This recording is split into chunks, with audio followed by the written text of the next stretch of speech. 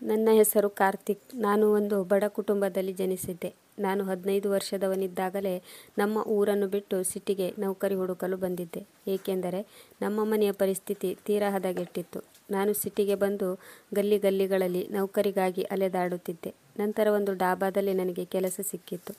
ತುಂಬ ವರ್ಷಗಳವರೆಗೂ ನಾನು ಆ ಡಾಬಾದಲ್ಲೇ ಕೆಲಸ ಮಾಡುತ್ತಿದ್ದೆ. ಅದರ ನಂತರ ನನಗೆ ಒಂದು ದೊಡ್ಡ ಬಂಗಲೆಯಲ್ಲಿ ಕೆಲಸ ಸಿಕ್ಕಿತ್ತು. ನಾನು ಯಾವ ಮನೆಯಲ್ಲಿ ಕೆಲಸ ಮಾಡುತ್ತಿದ್ದೇನೋ ಆ ಮನೆಯಲ್ಲಿ ಗಂಡ ಹೆಂಡತಿ ಇಬ್ಬರೇ ಇರುತ್ತಿದ್ದರು. ಅವರಿಗೆ ಮಕ್ಕಳಿರಲಿಲ್ಲ. ಅವರ ಮದುವೆಯಾಗಿ 8 ವರ್ಷವಾಗಿತ್ತು. ಈ ಬಂಗಲೆಯಲ್ಲಿ ಕೆಲಸಕ್ಕೆ ನನ್ನನ್ನು ಡಾಬಾದ ಮಾಲೀಕರೇ ಸೇರಿಸಿದ್ದರು.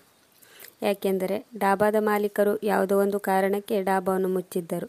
ಈ ಸಿಟಿಯಲ್ಲಿ ನನಗೆ ಯಾರ ಪರಿಚಯವೂ ಇಲ್ಲ. ಮತ್ತು ಈ ನಗರದಲ್ಲಿ ಕೆಲಸ ಹುಡುಕುವುದು ಕಷ್ಟವೆಂದು ಅವರಿಗೂ ಗೊತ್ತಿತ್ತು. ಅದಕ್ಕಾಗಿ ಅವರು ನನ್ನ ಮೇಲೆ ಕನಿಕರ ತೋರಿಸಿ ಈ ಬಂಗಲೆಗೆ ಕೆಲಸಕ್ಕೆ ಸೇರಿಸಿದರು. ನಾನೀಗ ಕೆಲಸ ಮಾಡುತ್ತಿರುವ ಬಂಗಲೆಯ ಮಾಲೀಕರು ಸಹ ಮೊದಲಿನ ಮಾಲೀಕರ ಹಾಗೆ ತುಂಬ ಒಳ್ಳೆಯವರಾಗಿದ್ದರು. ಅಷ್ಟೇ ಅಲ್ಲ, ಇವರು ಮೊದಲಿನವರಿಗಿಂತ ಜಾಸ್ತಿ ಸಂಬಳವನ್ನು ಕೊಡುತ್ತಿದ್ದರು. ನಾನು ನನ್ನ ಮನೆಗೆ ಮೊದಲಿಗಿಂತ ಜಾಸ್ತಿ ಹಣ ಕಳಿಸುತ್ತಿದ್ದೆ. ಈ ಬಂಗಲೆಯ ಯಜಮಾನರು ನನ್ನನ್ನು ತುಂಬ ಚೆನ್ನಾಗಿ ನೋಡಿಕೊಳ್ಳುತ್ತಿದ್ದರು. ಅವರ ಹೆಂಡತಿಯೂ ಸಹ ಕೆಟ್ಟವಳೇನೂ ಆಗಿರಲಿಲ್ಲ. ಈ ಮನೆಗೆ ನಾನೊಬ್ಬನೇ ಕೆಲಸಗಾರನಾಗಿದ್ದೆ. ಎಲ್ಲ ಕೆಲಸವನ್ನು ನಾನೇ ಮಾಡುತ್ತಿದ್ದೆ. ಯಾಕೆಂದರೆ ಯಜಮಾನ ಮತ್ತು ಯಜಮಾನಿಗೆ ಕೆಲಸ ಮಾಡಲು ಒಬ್ಬ ನಂಬಿಗಸ್ತ ಕೆಲಸಗಾರನ ಅವಶ್ಯಕತೆ ಇತ್ತು. ಅದಕ್ಕಾಗಿ ನಾನು ಯಾವುದೇ ಅಳುಕಿಲ್ಲದೆ ಮನೆಯಲ್ಲಿ ಎಲ್ಲ ಕೆಲಸವನ್ನು ಮಾಡುತ್ತಿದ್ದೆ. ಒಂದು ರಾತ್ರಿ ನಾನು ಯಜಮಾನಿಯ ಕೋಣೆಯ ಹತ್ತಿರ ಯಾವುದೋ ಕೆಲಸಕ್ಕೋಸ್ಕರ ಹೋಗಿದ್ದೆ. ಸಡನ್ಲಿ ನನಗೆ ಒಂದೇ ಸಾರಿ ಯಾರೋ ತಳ್ಳಿದ ಹಾಗೆ ಆಯಿತು. ನಾನು ಕಾಲು ಜಾರಿ ಯಜಮಾನಿಯ ಮೈ ಮೇಲೆ ಬಿದ್ದೆ. ತಕ್ಷಣ ಯಜಮಾನಿಯು ಗಡಿಬಿಡಿಯಲ್ಲಿ ಎದ್ದಳು. ನಾನು ತಕ್ಷಣ ಅಲ್ಲಿಂದ ಓಡಲು ಪ್ರಯತ್ನಿಸಿದೆ. ಆದರೆ ಅಷ್ಟರಲ್ಲೇ ಬಾಗಿಲು ಮುಚ್ಚಿಕೊಂಡು ಬಿಟ್ಟಿತ್ತು. ನನಗೆ ಬಹಳ ಆಶ್ಚರ್ಯವಾಯಿತು. ಇದನ್ನೆಲ್ಲ ಯಾರು ಮಾಡಿದರು? ನಾನು ಯಜಮಾನಿಯ ರೂಮನ್ನು ಕ್ಲೀನ್ ಮಾಡಲು ಬಂದಿದ್ದೆ. ಅಲ್ಲಿ ಅವರ ಮದುವೆಯ ಫೋಟೋ ನೋಡಿ ಆಶ್ಚರ್ಯವಾಯಿತು. ಯಾಕೆಂದರೆ ಮನೆ ಯಜಮಾನಿ 8 ವರ್ಷಗಳ ಹಿಂದೆಯೂ ಸಹ ಬಹಳ ಸುಂದರವಾಗಿದ್ದಳು. ಅವಳ ಸೌಂದರ್ಯ ನೋಡಿ ನಾನು ದಂಗಾದೆ. ನಾನು ಒಬ್ಬ ಗಂಡಸು ಮತ್ತು ನಾನು ತುಂಬ ಜನ ಸುಂದರವಾದ ಹುಡುಗಿಯರನ್ನು ನೋಡಿದ್ದೇನೆ. ನಾನು ಈಗ ಯುವಕನಾಗಿದ್ದೆ. ನನ್ನ ಮನಸ್ಸಿನಲ್ಲಿ ಮದುವೆಯ ಬಗ್ಗೆ ಆಲೋಚನೆ ಬರುತ್ತಾ ಇತ್ತು. ಆದರೆ ನಾನು ಇಷ್ಟು ಬೇಗ ಮದುವೆಯಾಗುವ ಹಾಗೆ ಇರಲಿಲ್ಲ. ಯಾಕೆಂದರೆ ಈವರೆಗೂ ನಮ್ಮ ಮನೆಯ ಪರಿಸ್ಥಿತಿ ಸುಧಾರಿಸಿರಲಿಲ್ಲ. ಮನೆಯ ಯಜಮಾನಿಯನ್ನು ನೋಡಿ ಮನಸ್ಸಿನಲ್ಲಿ ಆಸೆ ಉಂಟಾಗುತ್ತಿತ್ತು. ನನ್ನ ಹೆಂಡತಿಯು ನನ್ನ ಮನೆಯ ಯಜಮಾನಿಯಷ್ಟೇ ಸುಂದರವಾಗಿರಲಿ ಅಂತ. ನನ್ನ ತಂದೆ ಹತ್ತಿರ ಯಾವ ಕೆಲಸವನ್ನು ಮಾಡಲಾಗುತ್ತಿರಲಿಲ್ಲ. ಅವರು ಅಸಹಾಯಕರಾಗಿದ್ದರು. ಆದ್ದರಿಂದ ನಾನು ಹಳ್ಳಿಯಿಂದ ಸಿಟಿಗೆ ಕೆಲಸ ಮಾಡಲು ಬರಬೇಕಾಯಿತು. ನಾನು ನನ್ನ ತಂದೆ ತಾಯಿಗೆ ಒಬ್ಬನೇ ಮಗನಾಗಿದ್ದೆ. ನನ್ನ ತಂದೆ ತಾಯಿಯರನ್ನು ನಾನು ತುಂಬ ಇಷ್ಟಪಡುತ್ತಿದ್ದೆ. ಅದಕ್ಕಾಗಿ ನಾನು ಅವರಿಗೋಸ್ಕರ ಇಷ್ಟು ದೂರ ಸಿಟಿಗೆ ಹಣ ಗಳಿಸುವ ಸಲುವಾಗಿ ಬಂದಿದ್ದೆ. ಇಲ್ಲಿ ಯಜಮಾನಿಯ ಮನೆಯಲ್ಲಿ ಹಗಲು ರಾತ್ರಿ ಕೆಲಸ ಮಾಡಬೇಕಿತ್ತು. ಯಾಕೆಂದರೆ ಮನೆಯ ಯಜಮಾನ ಇಷ್ಟೆಲ್ಲ ಕೆಲಸ ಮಾಡುವ ಸಲುವಾಗಿಯೇ ನನಗೆ ಡಬಲ್ ಸ್ಯಾಲ್ರಿ ಕೊಡುತ್ತಿದ್ದರು. ನಾನು ಪ್ರತಿದಿನ ನನ್ನ ತಂದೆ ತಾಯಿಯೊಟ್ಟಿಗೆ ಫೋನಿನಲ್ಲಿ ಮಾತನಾಡುತ್ತಿದ್ದೆ. ನಾನು ಅವರಿಗೆ ಹೇಳಿದೆ, ನಾನು ಈಗ ಕೆಲಸ ಮಾಡುವಲ್ಲಿ ನನಗೆ ಡಬಲ್ ಸ್ಯಾಲ್ರಿ ಸಿಗ್ತಾ ಇದೆ ಎಂದು. ಅದಕ್ಕೆ ಅವರು ಹೇಳಿದರು, ಈ ಕೆಲಸ ನಿನಗೆ ಮೊದಲೇ ಸಿಕ್ಕಿದ್ದರೆ ನಿನಗೆ ಎಷ್ಟೆಲ್ಲ ಲಾಭವಾಗ್ತಾ ಇತ್ತು ಮತ್ತು ನಿನ್ನ ಜೀವನವೂ ಸುಧಾರಿಸುತ್ತಿತ್ತು. ನನಗೆ ಬಹಳ ನಾಚಿಕೆಯಾಗುತ್ತಿದೆ ಮಗ. ನನಗಿಂತ ವಯಸ್ಸಿನಲ್ಲಿ ಎಷ್ಟೋ ಚಿಕ್ಕವನಾದ ನಿನ್ನ ಕೈಯಿಂದ ನಾನು ದುಡಿಸಿಕೊಳ್ಳುತ್ತಿದ್ದೇನೆ. ಮಗನೇ, ನಾನು ಸರಿಯಾಗಿದ್ದರೆ ನಿನ್ನ ಬಾಲ್ಯ ಜೀವನ ಈ ರೀತಿ ಹಾಳಾಗಲು ಬಿಡುತ್ತಿರಲಿಲ್ಲ. ನನ್ನ ಅಸಹಾಯಕತೆ ನನ್ನನ್ನು ಈ ರೀತಿ ಮಾಡಿತು. ನನ್ನನ್ನು ಕ್ಷಮಿಸು. ಈಗ ನೀನು ಹಗಲು ರಾತ್ರಿ ಕೆಲಸ ಮಾಡಿದರೆ ನನ್ನ ಚಿಕಿತ್ಸೆಗೆ ಹಣ ಸಿಗುತ್ತೆ. ಮಗ, ನೀನು ನನ್ನ ಬಗ್ಗೆ ಚಿಂತೆ ಮಾಡಬೇಡ. ನೀನು ನಿನ್ನ ಕಾಳಜಿಯನ್ನು ತೆಗೆದುಕೋ.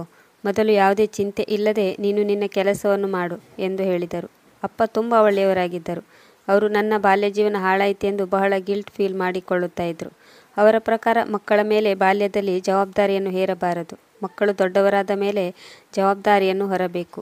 ಆದರೆ ಅವರ ಅಸಹಾಯಕತೆ ಅವರ ಮಗನ ಮೇಲೆ ಜವಾಬ್ದಾರಿಯನ್ನು ಹಾಕುವಂತೆ ಮಾಡಿತು.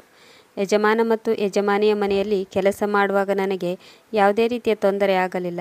ಆ ಬಂಗಲೆಯಲ್ಲಿ ಕೆಲಸ ಮಾಡುವಾಗ ನನಗೆ ಉಳಿಯಲು ಅಂತ ಮನೆಯ ಹೊರಗೆ ಒಂದು ಚಿಕ್ಕದಾದ ರೂಮನ್ನು ಕಟ್ಟಿಕೊಡಲಾಗಿತ್ತು. ಆದರೆ ನಾನು ಇಡೀ ದಿನ ಬಂಗಲೆ ಒಳಗೆ ಇರುತ್ತಿದ್ದೆ. ನನ್ನ ಜೊತೆ ಯಜಮಾನ ಮತ್ತು ಯಜಮಾನಿಯ ವ್ಯವಹಾರ ತುಂಬ ಚೆನ್ನಾಗಿತ್ತು. ಯಜಮಾನರು ಸಹ ಹೆಚ್ಚಾಗಿ ಮನೆಯಲ್ಲೇ ಇರುತ್ತಿದ್ದರು. ತಮ್ಮ ಆಫೀಸ್ನ ಕೆಲಸವನ್ನು ಅವರು ಹೆಚ್ಚಾಗಿ ಮನೆಯಿಂದಲೇ ಮಾಡುತ್ತಿದ್ದರು. ಯಜಮಾನಿಯ ಫೋಟೋಗಳು ಮನೆಯ ಎಲ್ಲ ಜಾಗಗಳಲ್ಲೂ ಇತ್ತು. ನಾನು ಯಾವಾಗ ಯಜಮಾನಿಯ ಫೋಟೋಗಳನ್ನು ನೋಡುತ್ತಾ ಇದ್ದೇನೋ ಆಗಲೆಲ್ಲ ಯಜಮಾನ ನನ್ನನ್ನು ಒಂದು ತರಹ ವಿಚಿತ್ರ ದೃಷ್ಟಿಯಿಂದ ನೋಡುತ್ತಿದ್ದ. ನಾನು ತಿರುಗಿ ನೋಡಿದಾಗ ನನಗೆ ನಾಚಿಕೆಯಾಗುತ್ತಿತ್ತು. ಆದರೆ ಯಜಮಾನಿಯ ಫೋಟೋ ನೋಡುವುದು ನನಗೆ ಒಂದು ರೀತಿಯ ಅಭ್ಯಾಸವಾಗಿ ಬಿಟ್ಟಿತ್ತು. ಯಜಮಾನಿ ಎಷ್ಟು ಸುಂದರವಾಗಿದ್ದಳೆಂದರೆ ನಾನು ಅವಳ ಫೋಟೋನು ನೋಡುತ್ತಾನೇ ಇರುತ್ತಿದ್ದೆ. ಒಂದು ದಿನ ಬಹಳ ಲೇಟ್ ಆಗಿತ್ತು. ನಾನು ಮನೆಯ ಕ್ಲೀನಿಂಗ್ ಮಾಡ್ತಾ ಇದ್ದೆ. ನಂತರ ಕಿಚನ್ ರೂಮಿನಲ್ಲಿ ಅಡುಗೆಯನ್ನು ಮಾಡುವುದರಲ್ಲಿ ಬ್ಯುಸಿಯಾಗಿದ್ದೆ. ಅದೇ ಸಮಯದಲ್ಲಿ ಅಲ್ಲಿಗೆ ಯಜಮಾನಿ ಬಂದಳು. ನಾನು ಯಜಮಾನಿಯನ್ನು ಇವತ್ತೇ ಮೊದಲ ಬಾರಿಗೆ ಕಿಚನ್ ರೂಮ್ನಲ್ಲಿ ನೋಡಿದೆ. ಯಾಕೆಂದರೆ ಯಜಮಾನಿ ಮನೆಯ ಕೆಲಸ ಮಾಡುತ್ತಿರಲಿಲ್ಲ. ಅವಳು ಹೆಚ್ಚಾಗಿ ತನ್ನ ಕೋಣೆಯಲ್ಲೇ ಇರುತ್ತಿದ್ದಳು. ಅದಕ್ಕಾಗಿ ಅವರಿಗೆ ಯಾವಾಗಲೂ ಪರ್ಮನೆಂಟ್ ಆಗಿರುವ ಕೆಲಸಗಾರರ ಅವಶ್ಯಕತೆ ಇತ್ತು. ಯಜಮಾನಿಯನ್ನು ಇಷ್ಟು ಹತ್ತಿರದಿಂದ ನೋಡುತ್ತಿದ್ದ ಹಾಗೆ ನನಗೆ ಒಂದು ರೀತಿಯ ಫೀಲ್ ಆಯಿತು. ಅವಳು ಈಗಲೂ ಸಹ ಮೊದಲಿನ ಹಾಗೆ ಸುಂದರವಾಗಿದ್ದಾಳೆ ಮತ್ತು ಅವಳನ್ನು ನೋಡಿದರೆ ಯಾರೂ ಹೇಳಲ್ಲ ಅವಳ ಮದುವೆಯಾಗಿ 8 ವರ್ಷ ಆಗಿ ಹೋಗಿದೆ ಎಂದು. ಯಜಮಾನಿ ಅಡುಗೆ ರೂಮಿಗೆ ಬರುತ್ತಿದ್ದ ಹಾಗೆ ನನ್ನ ಹತ್ತಿರ ಸ್ವಲ್ಪ ನೀರು ಕೇಳಿದಳು ಮತ್ತು ನನಗೆ ಹೇಳಿದಳು, ರಾಜು, ನನಗೆ ಒಂದು ಗ್ಲಾಸ್ ಜ್ಯೂಸ್ ಮಾಡಿಕೊಡು ಎಂದಳು. ಯಜಮಾನಿಯ ಈ ಮಾತನ್ನು ಕೇಳಿ ನನಗೆ ಆಶ್ಚರ್ಯವಾಯಿತು. ಯಾಕೆಂದರೆ ನನ್ನ ಹೆಸರು ರಾಜು ಆಗಿರಲಿಲ್ಲ. ನಾನು ಯಜಮಾನಿ ಹತ್ತಿರಕ್ಕೆ ಹೇಳಿದೆ, ನನ್ನ ಹೆಸರು ಕಾರ್ತಿಕ್ ಎಂದು. ನಾನು ದೃಷ್ಟಿ ಎತ್ತಿ ಯಜಮಾನಿಯ ಕಡೆ ನೋಡಿದೆ. ಆಗ ಅವಳಿಗೂ ಬಹಳ ಆಶ್ಚರ್ಯವಾಗಿತ್ತು. ಯಾಕೆಂದರೆ ಅವಳು ಸಹ ಓದು ಬರಹ ಕಲಿತಿರುವ ಮತ್ತು ಬಹಳ ಸುಂದರವಾಗಿರುವ ಹೆಂಗಸಾಗಿದ್ದಳು. ನಾನು ತಕ್ಷಣ ಕಿತ್ತಳೆ ಹಣ್ಣಿನ ಜ್ಯೂಸನ್ನು ಒಂದು ಗ್ಲಾಸಿನಲ್ಲಿ ಮಾಡಿಕೊಂಡು ಅವಳಿಗೆ ಕೊಟ್ಟೆ. ಅವಳು ಅದನ್ನು ತೆಗೆದುಕೊಳ್ಳುವಾಗ ಬಹಳ ನಾಚಿಕೆ ಪಟ್ಟುಕೊಂಡವಳಾಗೆ ಇದ್ದಳು. ಆಗ ಅವಳು ಹೇಳಿದಳು, ಕ್ಷಮಿಸು, ನನಗೆ ನಿನ್ನ ಹೆಸರು ಗೊತ್ತಾಗಲಿಲ್ಲ. ನಿನ್ನ ಹೆಸರು ಕಾರ್ತಿಕ್ ಅಲ್ವಾ? ನೀನು ಹಳೆಯ ಕೆಲಸಗಾರ ರಾಜು ಎಂದು ಅಂದುಕೊಂಡಿದ್ದೆ. ಆಗ ಯಜಮಾನಿಯು ನನ್ನ ಮುಖವನ್ನೊಮ್ಮೆ ದಿಟ್ಟಿಸಿ ನೋಡಿದಳು. ಅವರ ಮಾತನ್ನು ಕೇಳಿ ನಾನು ಸ್ವಲ್ಪ ಮುಗುಳ್ನಕ್ಕೆ ಮತ್ತು ನಾನು ಯಜಮಾನಿ ಹತ್ತಿರ ಏನು ಹೇಳಬೇಕೆಂದುಕೊಂಡೆ. ಆದರೆ ಅದೇ ಸಮಯಕ್ಕೆ ಯಜಮಾನ ಅಚಾನಕ್ಕಾಗಿ ಕಿಚನ್ ರೂಮಿನ ಬಾಗಿಲ ಹತ್ತಿರ ಬಂದು ನಿಂತರು. ಯಾಕೋ ಗೊತ್ತಿಲ್ಲ, ಅವರು ನನ್ನನ್ನು ಯಾವಾಗಲೂ ದುರುಗುಟ್ಟಿಕೊಂಡು ನೋಡುತ್ತಾ ಇರುತ್ತಿದ್ದರು. ಈಗಲೂ ಸಹ ಅದೇ ದೃಷ್ಟಿಯಿಂದ ನೋಡುತ್ತಿದ್ದರು. ನಾನು ಯಜಮಾನನನ್ನು ನೋಡಿದೆ ಮತ್ತು ಅವರನ್ನು ಕೇಳಿದೆ, ಯಜಮಾನ್ರೇ, ನಿಮಗೆ ಏನಾದರೂ ಬೇಕಿತ್ತಾ ಎಂದು. ನನ್ನ ಮಾತನ್ನು ಕೇಳಿ ಯಜಮಾನರು ಮುಖವನ್ನು ಗಂಟಿಕ್ಕಿಕೊಂಡರು. ನನ್ನನ್ನು ಕಿತ್ತು ತಿನ್ನುವ ರೀತಿಯಲ್ಲಿ ಹೇಳತೊಡಗಿದರು, ಇದು ನಿನ್ನ ಮನೆಯಲ್ಲ, ನನ್ನ ಮನೆ. ನೀನು ನನ್ನ ಮೇಲೆ ಹಕ್ಕು ಚಲಾಯಿಸಬೇಡ. ನಾನು ಏನು ಮಾಡಬೇಕು, ಏನು ಮಾಡಬಾರದು ಎನ್ನುವ ನಿರ್ಣಯವನ್ನು ನಿನ್ನನ್ನು ಕೇಳಿ ಮಾಡಬೇಕೆಂದಿಲ್ಲ. ಅವರ ಮಾತನ್ನು ಕೇಳಿ ನನಗೆ ಮುಜುಗರವಾಯಿತು. ನನಗಂತೂ ಗೊತ್ತೇ ಇರಲಿಲ್ಲ ಯಜಮಾನರು ನನ್ನ ಮಾತನ್ನು ಇಷ್ಟು ತಪ್ಪಾಗಿ ತಿಳಿದುಕೊಳ್ಳುತ್ತಾರೆ ಎಂದು. ಯಾಕೆಂದರೆ ಬೇರೆ ವಿಷಯಗಳಲ್ಲೆಲ್ಲ ನನ್ನ ಹತ್ತಿರ ಯಜಮಾನರು ಈ ರೀತಿ ಬಿಹೇವ್ ಮಾಡುತ್ತಿರಲಿಲ್ಲ. ಯಾವಾಗ ವಿಷಯ ಯಜಮಾನಿಯದಾಗಿರುತ್ತೋ ಆಗ ಅವರು ನನ್ನ ಮೇಲೆ ಬಹಳ ಸಿಟ್ಟು ಮಾಡಿಕೊಳ್ಳುತ್ತಿದ್ದರು. ನಾನು ಯಜಮಾನರ ಹತ್ತಿರ ಏನೋ ಹೇಳಬೇಕು ಎನ್ನುವಷ್ಟರಲ್ಲಿ ಯಜಮಾನರ ಹತ್ತಿರ ಹೋಗಿ ಹೇಳಿದಳು, ಈ ಹುಡುಗನ ಮೇಲೆ ಯಾಕೆ ಅಷ್ಟೊಂದು ಸಿಟ್ಟು ಮಾಡಿಕೊಳ್ಳುತ್ತೀರಿ? ಅವನು ಹೇಳಿದ್ದು ಆ ಅರ್ಥದಿಂದಲ್ಲ. ಪ್ಲೀಸ್ ನವೀನ್, ಕೆಲಸಗಾರರೊಂದಿಗೆ ಒಳ್ಳೆಯ ರೀತಿಯಲ್ಲಿ ವರ್ತನೆ ಮಾಡಿರಿ. ಇಲ್ಲದಿದ್ದರೆ ನೀವು ತೊಂದರೆಗೆ ಸಿಕ್ಕಿ ಹಾಕಿಕೊಳ್ಳುತ್ತೀರಾ. ನೆನಪಿರಬೇಕಲ್ಲವೇ, ಹಿಂದಿನ ಕೆಲಸಗಾರ ಸ್ವತಃ ಅವನೇ ನಮ್ಮ ಮನೆಯ ಕೆಲಸವನ್ನು ಬಿಟ್ಟು ಹೊರಟು ಹೋಗಿದ್ದ. ಯಜಮಾನಿಯು ಈ ಮಾತನ್ನು ಯಜಮಾನನಿಗೆ ಬಹಳ ನಿಧಾನವಾಗಿ ಹೇಳಿದಳು. ಆದರೂ ಸಹ ನನಗೆ ಅದು ಕೇಳಿಸಿತು.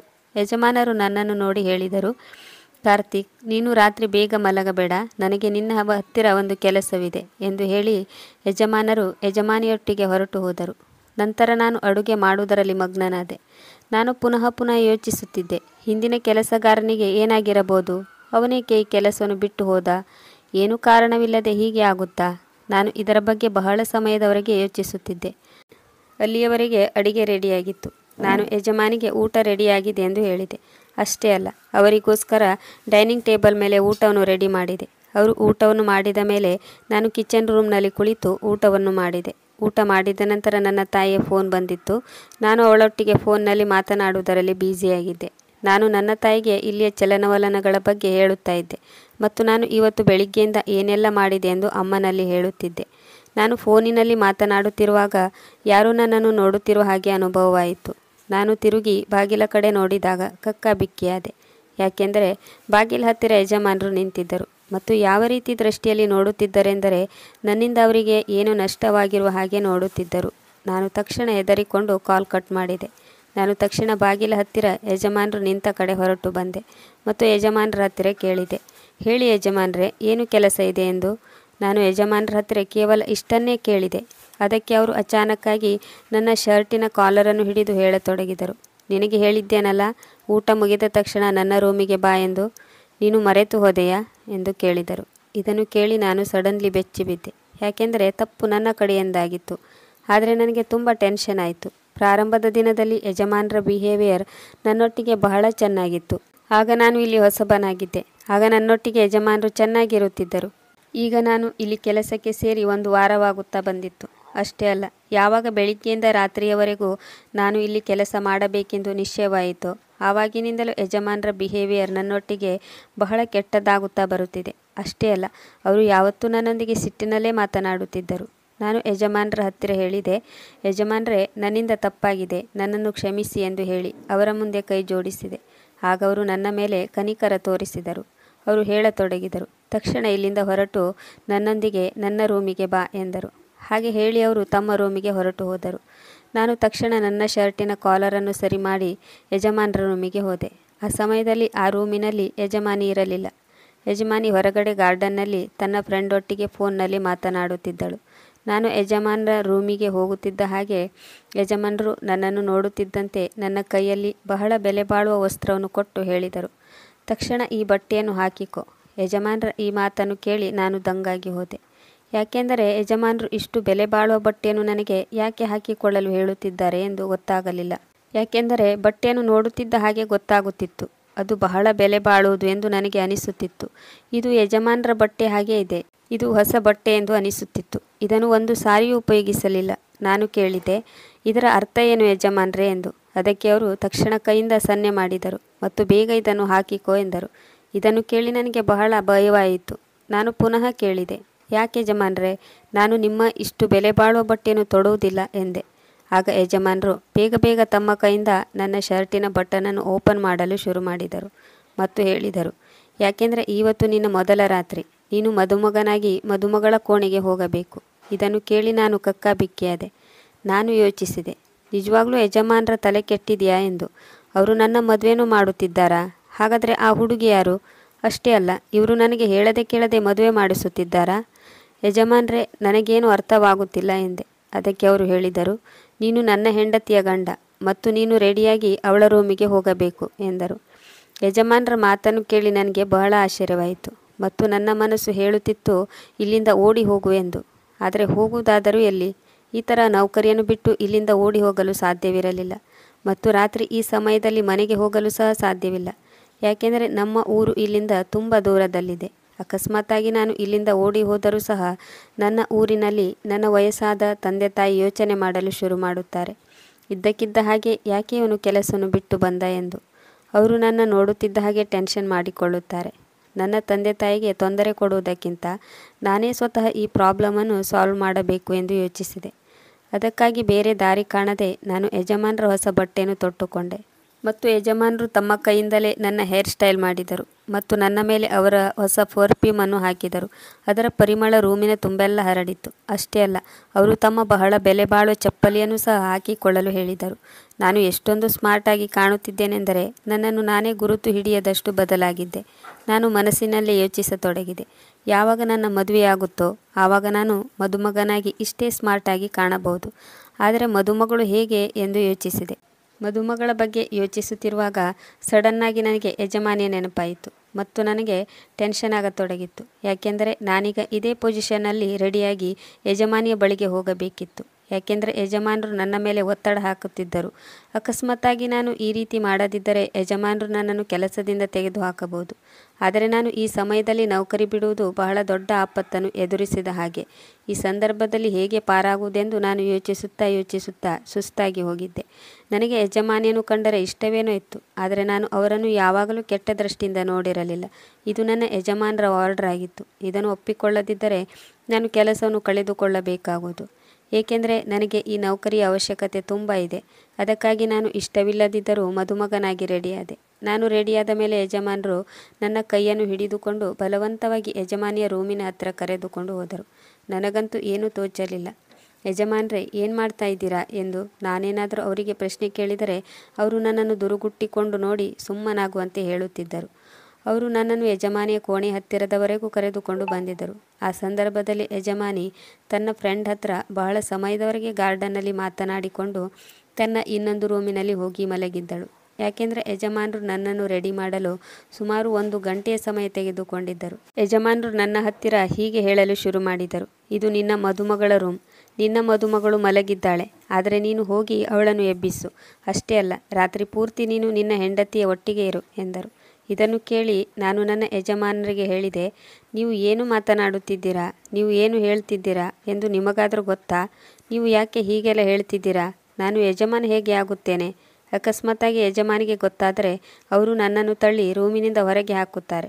ಅಷ್ಟೇ ಅಲ್ಲ, ಅವರು ನನ್ನನ್ನು ತಪ್ಪು ತಿಳಿಯಬಹುದು. ಮತ್ತು ಅವರು ನನ್ನ ಮೇಲೆ ಅಪವಾದ ಹೊರಿಸಿ ಎಲ್ಲರ ಮುಂದೆ ನನ್ನ ಮರ್ಯಾದೆಯನ್ನು ತೆಗೆದರೆ ನಾನು ಎಲ್ಲರಿಗೂ ಹೇಗೆ ಮುಖವನ್ನು ತೋರಿಸಲಿ? ಊರಿನಲ್ಲಿ ನನ್ನ ವಯಸ್ಸಾದ ತಂದೆ ತಾಯಿ ಇದ್ದಾರೆ. ಅವರಿಗೆ ನಾನೊಬ್ಬನೇ ಮಗ. ನನ್ನನ್ನು ಬಿಟ್ಟರೆ ಬೇರೆ ಯಾರೂ ಅವರಿಗೆ ದಿಕ್ಕಿಲ್ಲ. ಅವರಿಗೆ ಈ ವಿಷಯ ಗೊತ್ತಾದರೆ ಅವರು ಜೀವಂತ ಇದ್ದರೂ ಸಹ ಸತ್ತಂತೆ ಆಗುವುದು ಅವರ ಜೀವನ. ನಾನು ನನ್ನ ತಂದೆ ತಾಯಿಗಳಿಗೆ ನಾನು ಹೇಗೆ ಮುಖವನ್ನು ತೋರಿಸಲಿ? ನಾನು ಇಲ್ಲಿ ನೌಕರಿ ಮಾಡಲು ಬಂದಿದ್ದೇನೆ. ಅಕಸ್ಮಾತ್ತಾಗಿ ನಾನು ಯಜಮಾನಿ ಒಟ್ಟಿಗೆ ಈ ರೀತಿ ಮಾಡಿದರೆ ಎಲ್ಲರ ದೃಷ್ಟಿಯಲ್ಲಿ ನಾನು ಕೆಟ್ಟವನಾಗಿ ಕಾಣುತ್ತೇನೆ. ನನಗೆ ಯಾರೂ ಮರ್ಯಾದೆಯನ್ನು ಕೊಡುವುದಿಲ್ಲ ಎಂದು ಹೇಳುತ್ತಾ ತಕ್ಷಣ ನಾನು ಯಜಮಾನರ ಕಾಲನ್ನು ಹಿಡಿದುಕೊಂಡೆ ಮತ್ತು ಅವರ ಕಾಲಿನ ಮೇಲೆ ಬಿದ್ದು ಬಹಳ ರಿಕ್ವೆಸ್ಟ್ ಮಾಡಿಕೊಂಡೆ. ನನ್ನನ್ನು ಬಿಟ್ಟು ಬಿಡಿ. ನನ್ನಿಂದ ಈ ಪಾಪದ ಕೆಲಸ ಆಗುವುದಿಲ್ಲ. ಇದನ್ನು ನನ್ನಿಂದ ಮಾಡಿಸಬೇಡಿ. ಯಜಮಾನ್ರೇ, ನನ್ನನ್ನು ಹೋಗಲು ಬಿಡಿ. ಯಜಮಾನಿ ಬಹಳ ಒಳ್ಳೆಯ ಹೆಂಗಸು. ನಾನು ಅವರ ದೃಷ್ಟಿಯಲ್ಲಿ ಕೆಟ್ಟವನಾಗಲು ಬಯಸುವುದಿಲ್ಲ. ನಾನು ನನ್ನ ಯಜಮಾನರ ಹತ್ತಿರ ವಿಧವಾಗಿ ಬೇಡಿಕೊಂಡೆ, ಆದರೆ ಅವರಿಗೆ ನನ್ನ ಮೇಲೆ ಕನಿಕರ ಬರಲಿಲ್ಲ. ನಾನು ಇಲ್ಲಿ ಮೊದಲು ನೌಕರಿ ಮಾಡಲು ಬಂದಾಗ ಯಜಮಾನರ ಒಳ್ಳೆಯ ಬಿಹೇವಿಯರನ್ನು ನೋಡಿ ಇಲ್ಲಿ ಕೆಲಸ ಮಾಡಲು ಒಪ್ಪಿಕೊಂಡಿದ್ದೆ. ಮೋಸ್ಟ್ಲಿ ಯಜಮಾನರಿಗೆ ಯಾರೂ ಕೆಲಸಗಾರರು ಸಿಕ್ಕಿಲ್ಲ ಅಂತ ಅನಿಸುತ್ತೆ. ಅದಕ್ಕಾಗಿ ಅವರು ನನ್ನನ್ನು ಒಳ್ಳೆಯ ರೀತಿಯಲ್ಲಿ ನಡೆಸಿಕೊಂಡರು. ನನಗೆ ಗೊತ್ತೇ ಇರಲಿಲ್ಲ ಈ ಮನುಷ್ಯ ಇಷ್ಟು ಕೆಟ್ಟವನು ಅಂತ. ಅಕಸ್ಮಾತ್ ನನಗೇನಾದರೂ ಗೊತ್ತಿದ್ದರೆ ನಾನು ಇಲ್ಲಿ ಕೆಲಸವೇ ಮಾಡುತ್ತಿರಲಿಲ್ಲ. ನನಗೆ ಇವತ್ತು ಈ ಮನೆಯಲ್ಲಿ ಕೆಲಸ ಮಾಡಿದ್ದಕ್ಕೆ ಬಹಳ ಪಶ್ಚಾತ್ತಾಪ ಅನಿಸುತ್ತಿದೆ. ಯಜಮಾನರು ನನ್ನನ್ನು ಮೇಲಕ್ಕೆ ಎತ್ತಿದರು ಮತ್ತು ನನ್ನ ಕಣ್ಣೀರನ್ನು ಒರೆಸಿ ಹೇಳತೊಡಗಿದರು. ನೋಡು, ನೀನು ನಿನ್ನ ಮುಖವನ್ನು ಕೆಡಿಸಿಕೊಂಡಿದ್ದೀಯಾ. ನಿನಗೆ ಗೊತ್ತಾ, ನಿನ್ನ ಯಜಮಾನಿಗೆ ಅಸ್ತವ್ಯಸ್ತವಾಗಿರೋದು ಸ್ವಲ್ಪವೂ ಇಷ್ಟವಿಲ್ಲ. ಆದರೆ ನೀನು ಈ ಸಮಯದಲ್ಲಿ ಬಹಳ ಹ್ಯಾಂಡ್ಸಮ್ ಆಗಿ ಕಾಣಿಸುತ್ತಿದ್ದೀಯಾ ಎಂದು ಹೇಳಿ ಅವರು ತಮ್ಮ ಕೈಯಿಂದಲೇ ನನ್ನ ಬಟ್ಟೆಯನ್ನೆಲ್ಲ ಸರಿ ಮಾಡಿದರು ಮತ್ತು ನನಗೆ ಒಳಗಡೆ ಹೋಗಲು ಸನ್ನೆ ಮಾಡುತ್ತಿದ್ದರು. ನಾನು ಆಶ್ಚರ್ಯದಿಂದ ಮಾಲೀಕರ ಮುಖವನ್ನು ನೋಡುತ್ತಿದ್ದೆ. ಈ ಮನುಷ್ಯನಿಗೆ ಏನಾಗಿದೆ ಅಂತ ನನಗೆ ಅರ್ಥವೇ ಆಗಲಿಲ್ಲ. ಇವನು ತನ್ನ ಹೆಂಡತಿ ಜೊತೆ ತನ್ನ ಒಪ್ಪಿಗೆಯ ಮೇಲೆ ಬೇರೆ ಗಂಡಸಿಗೆ ಒಂದು ರಾತ್ರಿಯನ್ನು ಕಳೆಯಲು ಕಳಿಸುತ್ತಿದ್ದಾನಲ್ಲ ಎಂದು. ಇಂತಹ ವ್ಯಕ್ತಿಯನ್ನು ನನ್ನ ಜೀವನದಲ್ಲಿ ಎಲ್ಲೂ ನೋಡಿರಲಿಲ್ಲ. ಈ ವ್ಯಕ್ತಿ ಯಾಕೆ ಹೀಗೆ ಮಾಡುತ್ತಿದ್ದಾನೆ? ಯಾರಾದರೂ ತನ್ನ ಕೆಲಸದವನನ್ನು ತನ್ನ ಹೆಂಡತಿ ರೂಮಿಗೆ ಕಳಿಸಬಹುದಾ? ನಾನು ಅಲ್ಲೇ ನಿಂತು ಇದನ್ನೆಲ್ಲ ಯೋಚಿಸುತ್ತಿದ್ದೆ. ಆಗ ಯಜಮಾನರು, ಹೋಗು, ಬೇಗ ಹೋಗು, ಅಲ್ಲಿ ನಿನ್ನ ಹೆಂಡತಿ ಕಾಯುತ್ತಿದ್ದಾಳೆ ಎಂದರು. ಮತ್ತು ಅಕಸ್ಮಾತ್ ನೀನು ನನ್ನ ಹೆಂಡತಿಯ ಒಟ್ಟಿಗೆ ಪೂರ್ತಿ ರಾತ್ರಿ ಕಳೆದರೆ ಬೆಳಿಗ್ಗೆ ನಿನಗೆ ಒಂದು ಬಹುಮಾನ ಸಿಗುತ್ತದೆ. ಯಜಮಾನರಿಗೆ ಚೆನ್ನಾಗಿ ಗೊತ್ತಿತ್ತು ನಾನು ತುಂಬ ಬಡವ. ಅದಕ್ಕಾಗಿ ಅವರು ನನಗೆ ಹಣದ ಆಸೆ ತೋರಿಸುತ್ತಿದ್ದರು. ಆದರೆ ನನಗೆ ಹಣದ ಆಸೆ ಖಂಡಿತವಾಗಿಯೂ ಇರಲಿಲ್ಲ. ಅದಕ್ಕಾಗಿ ನಾನು ನನ್ನ ಯಜಮಾನರಿಗೆ ಹೇಳಿದೆ, ನನಗೆ ಹಣದ ಆಸೆ ತೋರಿಸಬೇಡಿ. ನನಗೆ ಒಂದು ಹೆಂಗಸಿನ ಮರ್ಯಾದೆ ಬಹಳ ಮುಖ್ಯ. ನೀವು ತಿಳಿದುಕೊಂಡಿರುವ ರೀತಿಯ ಹುಡುಗ ನಾನಲ್ಲ. ನಾನು ಹೆಂಗಸರಿಗೆ ಬಹಳ ಮರ್ಯಾದೆಯನ್ನು ಕೊಡುತ್ತೇನೆ. ಅಷ್ಟೇ ಅಲ್ಲ, ನಾನು ಯಾವ ಹೆಂಗಸರನ್ನು ಸಹ ಕಣ್ಣೆತ್ತಿಯೂ ನೋಡುವುದಿಲ್ಲ ಎಂದೆ. ಇದನ್ನು ಕೇಳಿ ಯಜಮಾನರಿಗೆ ಬಹಳ ಸಿಟ್ಟು ಬಂತು ಮತ್ತು ಅವರು ನನ್ನ ಕಿವಿಯಲ್ಲಿ ಹೇಳಿದರು, ಹಾಗಾದರೆ ನೀನು ರೆಡಿಯಾಗು. ನಿನ್ನನ್ನು ಈಗಲೇ ಮನೆಯಿಂದ ಹೊರ ಹಾಕುತ್ತೇನೆ. ನೀನು ನಿನ್ನ ಹಳ್ಳಿಗೆ ಹೋಗು. ಒಂದು ವೇಳೆ ನಿನಗೆ ಕೆಲಸ ಬಿಟ್ಟು ಹೋಗಲು ಮನಸ್ಸಿಲ್ಲದಿದ್ದರೆ ನೀನು ಈಗ ರೂಮಿನೊಳಗೆ ಹೋಗು ಎಂದರು.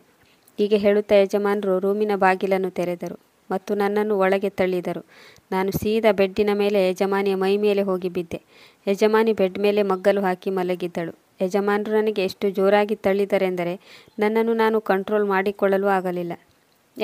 ಯಾಕೆಂದರೆ ಯಜಮಾನರು ಜಿಮ್ ಮಾಡುತ್ತಿದ್ದರಿಂದ ಅವರಿಗೆ ಬಹಳ ತಾಕತ್ತಿತ್ತು. ನನಗೆ ಅಷ್ಟು ಶಕ್ತಿ ಇರಲಿಲ್ಲ. ನಾನು ತಕ್ಷಣ ಎದ್ದು ಬಾಗಿಲ ಹತ್ತಿರ ಓಡಿ ಹೋದೆ. ಆದರೆ ಅಲ್ಲಿಯವರೆಗೆ ಯಜಮಾನರು ಹೊರಗಿನಿಂದ ಬಾಗಿಲನ್ನು ಲಾಕ್ ಮಾಡಿದರು. ಇದನ್ನು ನೋಡಿ ನನಗೆ ಬಹಳ ಟೆನ್ಷನ್ ಆಯಿತು. ತಕ್ಷಣ ನಾನು ಬಾಗಿಲನ್ನು ಜೋರಾಗಿ ಬಡಿಯಲು ಶುರು ಮಾಡಿದೆ. ಅಷ್ಟೇ ಅಲ್ಲ, ನಾನು ಯಜಮಾನರಿಗೆ ಜೋರಾಗಿ ಚೀರುತ್ತಾ ಹೇಳಿದೆ, ಯಜಮಾನರೇ, ಬಾಗಿಲನ್ನು ತೆರೆಯಿರಿ ಎಂದು. ಆದರೆ ಯಜಮಾನರು ಬಾಗಿಲು ತೆರೆಯಲಿಲ್ಲ. ನಾನು ಬಹಳ ಆಶ್ಚರ್ಯದಿಂದ ಮತ್ತು ಟೆನ್ಷನ್ನಿಂದ ಯಜಮಾನಿಯ ಕಡೆ ನೋಡುತ್ತಿದ್ದೆ. ಯಜಮಾನಿಯು ಸಹ ನನ್ನ ಕಡೆ ನೋಡುತ್ತಿದ್ದ ಹಾಗೆ ಕಕ್ಕಾಬಿಕ್ಕಿಯಾದಳು ಮತ್ತು ಯಜಮಾನಿ ಹೇಳಿದಳು, ನೀನು ಇಷ್ಟು ಹೊತ್ತಿನಲ್ಲಿ ನನ್ನ ರೂಮಿನಲ್ಲಿ ಏನು ಮಾಡುತ್ತಿದ್ದೀಯಾ? ಮತ್ತು ನೀನೇಕೆ ಈ ರೀತಿ ಬಟ್ಟೆಯನ್ನು ಹಾಕಿದ್ದೀಯಾ? ನೀನು ಎಲ್ಲಿಗಾದರೂ ಹೋಗುತ್ತಿದ್ದೀಯಾ ಅಥವಾ ಎಲ್ಲಿಂದಾದರೂ ಬರುತ್ತಿದ್ದೀಯಾ ಎಂದು ಕೇಳಿದಳು. ಹೀಗೆ ಕೇಳುತ್ತಿದ್ದ ಹಾಗೆ ಯಜಮಾನಿ ಹಾಸಿಗೆಯಿಂದ ಎದ್ದು ನಿಂತಳು ಮತ್ತು ನನ್ನ ಹತ್ತಿರ ಬರತೊಡಗಿದಳು. ಇವತ್ತು ರಾತ್ರಿ ನಾನು ನನ್ನ ಯಜಮಾನಿ ಒಟ್ಟಿಗೆ ರಾತ್ರಿಯನ್ನು ಕಳೆಯಬೇಕು ಎನ್ನುವ ವಿಷಯ ಯೋಚಿಸುತ್ತಿದ್ದ ಹಾಗೆ ನನ್ನ ಶರೀರ ನಡುಗಲು ಶುರುವಾಯಿತು. ನಾನು ಯಜಮಾನಿ ಹತ್ತಿರ ಹೇಳಿದೆ, ಪ್ಲೀಸ್ ನನ್ನನ್ನು ಕ್ಷಮಿಸಿ ಮತ್ತು ನನ್ನನ್ನು ತಪ್ಪು ತಿಳಿಯಬೇಡಿ ಎಂದು ಹೇಳಿ ನಾನು ಬಾಗಿಲ ಹತ್ತಿರ ಹೋಗಿ ನಿಂತೆ. ಅಷ್ಟೇ ಅಲ್ಲ, ನಾನು ತಲೆ ಬಗ್ಗಿಸಿ ನಿಂತಿದ್ದೆ. ನನಗೆ ಬಹಳ ಹೆದರಿಕೆ ಆಗುತ್ತಿತ್ತು. ಯಾಕೆಂದರೆ ರಾತ್ರಿ ಈ ಹೊತ್ತಿನಲ್ಲಿ ನಾನು ಒಂದು ಹೆಂಗಸಿನೊಂದಿಗೆ ರೂಮಿನಲ್ಲಿ ಲಾಕ್ ಆಗಿದ್ದೆ. ಯಜಮಾನಿ ನನ್ನ ಮೇಲೆ ಯಾವುದೇ ರೀತಿಯ ಅಪವಾದ ಮಾಡಬಹುದಿತ್ತು. ಗಂಡಸು ಎಷ್ಟೇ ನಿಷ್ಠಾವಂತ ಮತ್ತು ಸಾಧುವಾಗಿದ್ದರೂ ಸಹ ಹೆಂಗಸರು ಅವರ ಮೇಲೆ ಅಪವಾದ ಮಾಡಲು ತಡ ಮಾಡುವುದಿಲ್ಲ. ಅಷ್ಟೇ ಅಲ್ಲ, ಜನರು ಸಹ ಈ ಅಪವಾದವನ್ನು ನಂಬುವರು. ಇದನ್ನೆಲ್ಲ ಯೋಚನೆ ಮಾಡುತ್ತಿದ್ದ ಹಾಗೆ ನನ್ನ ಶರೀರ ನಡುಗಲು ಪ್ರಾರಂಭವಾಯಿತು. ನಾನು ಪುನಃ ಬಾಗಿಲನ್ನು ಬಾರಿಸಲು ಪ್ರಾರಂಭಿಸಿದೆ ಮತ್ತು ಯಜಮಾನ್ರೇ, ಪ್ಲೀಸ್ ಬಾಗಿಲನ್ನು ತೆರೆಯಿರಿ ಮತ್ತು ನನ್ನನ್ನು ಇಲ್ಲಿಂದ ಹೊರಹೋಗಲು ಬಿಡಿ ಎಂದು ಜೋರಾಗಿ ಬಾಗಿಲನ್ನು ಬಾರಿಸಲು ಪ್ರಾರಂಭಿಸಿದೆ. ಆದರೆ ಯಜಮಾನರು ಬಾಗಿಲನ್ನು ತೆರೆಯಲೇ ಇಲ್ಲ. ನಾನು ಬಾಗಿಲನ್ನು ಬಡಿದು ಸುಸ್ತಾಗಿದ್ದೆ. ಯಜಮಾನಿ ಸುಮ್ಮನೆ ಒಂದು ಕಡೆ ನಿಂತಿದ್ದಳು. ನಾನು ನೋಟಿಸ್ ಮಾಡಿದೆ. ಅವಳ ಕಣ್ಣಲ್ಲಿ ನೀರು ಇತ್ತು. ಸ್ವಲ್ಪ ಸಮಯದ ನಂತರ ಯಜಮಾನಿ ನನ್ನ ಕಡೆ ಬರಲು ಪ್ರಾರಂಭಿಸಿದಳು. ನಾನು ತಕ್ಷಣ 2 ಕೈಯನ್ನು ಜೋಡಿಸಿ ಹೇಳಲು ಪ್ರಾರಂಭಿಸಿದೆ, ಮೇಡಮ್, ನೀವು ನನ್ನ ಹತ್ತಿರ ಬರಬೇಡಿ. ನಾನು ನಿಮಗೆ ಏನು ಮಾಡೋದಿಲ್ಲ. ನನ್ನನ್ನು ಯಜಮಾನರು ಒತ್ತಾಯವಾಗಿ ನಿಮ್ಮ ರೂಮಿಗೆ ಕಳಿಸಿದ್ದಾರೆ. ಆದರೆ ನನಗೆ ಇಲ್ಲಿ ಬರಲು ಇಷ್ಟವಿರಲಿಲ್ಲ. ಇಷ್ಟು ಹೇಳುತ್ತಿದ್ದ ಹಾಗೆ ನಾನು ಅಳಲು ಪ್ರಾರಂಭಿಸಿದೆ. ನಾನು ನನ್ನ ಮುಖವನ್ನು ನನ್ನ ಕೈಯಿಂದ ಮುಚ್ಚಿಕೊಂಡಿದ್ದೆ. ನಾನು ಈ ರೂಮಿನಿಂದ ಹೊರಗೆ ಹೋಗಲು ಬಯಸುತ್ತಿದ್ದೆ. ನಾನು ಯಜಮಾನಿ ಹತ್ತಿರ ಹೇಳಿದೆ, ನಾನು ಆ ಥರ ಹುಡುಗ ಅಲ್ಲ, ಆದರೆ ಯಜಮಾನರು ನನ್ನನ್ನು ತುಂಬ ಒತ್ತಾಯ ಮಾಡಿ ಇಲ್ಲಿಗೆ ಕಳುಹಿಸಿದ್ದಾರೆ ಎಂದೆ. ಅದಕ್ಕೆ ಯಜಮಾನಿ ಹೇಳಿದರು, ನನಗೆ ಗೊತ್ತು ನೀನು ತುಂಬ ಒಳ್ಳೆಯ ಹುಡುಗ ಎಂದು. ನನಗೆ ಬಹಳ ನಾಚಿಕೆ ಆಗುತ್ತಿತ್ತು. ಮತ್ತೆ ನಾನು ಯಜಮಾನಿಗೆ ಹೇಳಿದೆ, ಪ್ಲೀಸ್ ನನ್ನ ಮೇಲೆ ಯಾವುದೇ ಅಪವಾದ ಮಾಡಬೇಡಿ ಎಂದು. ಯಜಮಾನಿ ನನ್ನ ಹತ್ತಿರ ಬಂದಳು ಮತ್ತು ಶಾಂತವಾಗಿ ಹೇಳಿದಳು, ನೀನು ಹೆದರಬೇಡ. ಆದರೆ ಯಜಮಾನಿ ನನ್ನ ಹತ್ತಿರ ಬಂದಿದ್ದಳು. ಆದರೆ ನನಗೆ ಏನು ಮಾಡಬೇಕೆಂದು ಗೊತ್ತಾಗಲಿಲ್ಲ. ಯಜಮಾನಿಯು ಸಹ ಯಜಮಾನರ ಹಾಗೆ ನನ್ನನ್ನು ಯಾವ ವಿಷಯದಲ್ಲಾದರೂ ಸಿಕ್ಕಿ ಹಾಕಿಸಬಹುದೆಂದು ನಾನು ತುಂಬ ಹೆದರುತ್ತಿದ್ದೆ. ಯಜಮಾನಿ ನನ್ನನ್ನು ಟಚ್ ಮಾಡಲು ಪ್ರಯತ್ನಿಸುತ್ತಿದ್ದಳು. ನಾನು ತಕ್ಷಣ ಯಜಮಾನಿಯನ್ನು ತಡೆದೆ ಮತ್ತು ಹೇಳಿದೆ, ಪ್ಲೀಸ್ ನನ್ನನ್ನು ತಪ್ಪು ತಿಳಿದುಕೊಳ್ಳಬೇಡಿ. ಇದನ್ನು ಕೇಳುತ್ತಿದ್ದ ಹಾಗೆ ಯಜಮಾನಿ ತನ್ನ ಕೈಯನ್ನು ಹಿಂದಕ್ಕೆ ತೆಗೆದುಕೊಂಡಳು ಮತ್ತು ನನಗೆ ಹೇಳಿದಳು, ನಾನು ಕೇವಲ ನಿನಗೆ ಸಮಾಧಾನ ಮಾಡಲು ನಿನ್ನ ಹತ್ತಿರ ಬಂದೆ. ನನಗೆ ಗೊತ್ತಿದೆ ನಿಮ್ಮ ಯಜಮಾನರು ಈ ಬಾಗಿಲನ್ನು ಬೆಳಿಗ್ಗೆನೇ ಓಪನ್ ಮಾಡೋದು. ಅದಕ್ಕಾಗಿ ನೀನು ಬಹಳ ಹುಷಾರಾಗಿ ಕೆಲಸವನ್ನು ಮಾಡಬೇಕು ಮತ್ತು ನಿನ್ನ ಈ ಸ್ಥಿತಿಯನ್ನು ಸರಿ ಮಾಡಿಕೊಳ್ಳಬೇಕು. ಯಜಮಾನಿಯ ಮಾತನ್ನು ಕೇಳಿಕೊಂಡು ನಾನು ನನ್ನ ಮುಖವನ್ನು ಬೇಗ ಸರಿ ಮಾಡಿದೆ. ನಾನು ಯಜಮಾನಿಗೆ ಹೇಳಿದೆ, ನೀವು ನನ್ನ ಸ್ಥಿತಿಯ ಬಗ್ಗೆ ಕಾಳಜಿ ತೆಗೆದುಕೊಳ್ಳಬೇಡಿ. ನೀವು ಕೇವಲ ಯಜಮಾನರಿಗೆ ಹೇಳಿ ಬಾಗಿಲನ್ನು ಓಪನ್ ಮಾಡಿಸಿ. ನಾನು ನನ್ನ ಎಲ್ಲ ಸಾಮಾನುಗಳನ್ನು ಕಟ್ಟಿಕೊಂಡು ಇಲ್ಲಿಂದ ಹೊರಟು ಹೋಗುವೆ. ಅಷ್ಟೇ ಅಲ್ಲ, ನಾನು ನಾಳೆಯಿಂದ ಇಲ್ಲಿ ಕೆಲಸ ಮಾಡಲು ಬರುವುದಿಲ್ಲ. ನಾನು ಬಹಳ ಬಡವ. ನನಗೆ ಯಾವುದೇ ಕಷ್ಟದಲ್ಲಿ ಸಿಕ್ಕಿಕೊಳ್ಳಲು ಇಷ್ಟವಿಲ್ಲ ಎಂದೆ. ನನ್ನ ಮಾತನ್ನು ಕೇಳುತ್ತಿದ್ದ ಹಾಗೆ ಯಜಮಾನಿ ಹೇಳಿದಳು, ಆದರೆ ಅವರು ಏನೇ ಮಾಡಿದರೂ ಬೆಳಿಗ್ಗೆ ಆಗದ ಹೊರತು ಬಾಗಿಲು ಓಪನ್ ಮಾಡಲ್ಲ. ನಾನು ನನ್ನ ಗಂಡನನ್ನು ತುಂಬ ಚೆನ್ನಾಗಿ ಅರ್ಥ ಮಾಡಿಕೊಂಡಿದ್ದೇನೆ. ಹೀಗೆ ಹೇಳಿ ಯಜಮಾನಿ ಸೋಫಾದ ಮೇಲೆ ಹೋಗಿ ಕುಳಿತುಕೊಂಡರು. ನಾನು ತುಂಬ ಹೆದರಿಕೆಯಿಂದ ಅವರ ಹತ್ತಿರ ಹೇಳಿದೆ, ನೀವ್ಯಾಕೆ ಈ ರೀತಿ ಹೇಳುತ್ತಿದ್ದೀರಾ? ನಾನು ಈ ಬಟ್ಟೆ ನಿಮಗೋಸ್ಕರ ತೊಟ್ಟುಕೊಂಡು ಬಂದಿಲ್ಲ. ಈ ಬಟ್ಟೆಯನ್ನು ಯಜಮಾನರು ನನಗೆ ಒತ್ತಾಯಪೂರ್ವಕವಾಗಿ ಹಾಕಿಸಿದ್ದಾರೆ ಎಂದೆ. ಆಗ ಯಜಮಾನಿ ನನ್ನ ಕಡೆ ನೋಡುತ್ತಾ ಹೇಳಿದಳು, ನನಗೆ ಇದು ಗೊತ್ತು. ಆದರೆ ನೀನು ರಾತ್ರಿಯೆಲ್ಲ ಈ ತರಹ ನಿಂತುಕೊಂಡೇ ಇದ್ದರೆ ನಿನಗೆ ಸುಸ್ತಾಗೋದು. ಅದಕ್ಕೆ ನೀನು ಬೆಡ್ಡಿನ ಮೇಲೆ ಹೋಗಿ ನಿದ್ದೆ ಮಾಡು. ನಾನು ಸೋಫಾದ ಮೇಲೆ ಮಲಗಿಕೊಳ್ಳುತ್ತೇನೆ ಎಂದಳು. ಆಗ ನಾನು ಅವರ ಹತ್ತಿರ ಹೇಳಿದೆ, ನೀವು ಏನು ಹೇಳ್ತಾ ಇದ್ದೀರಾ ಎಂದು.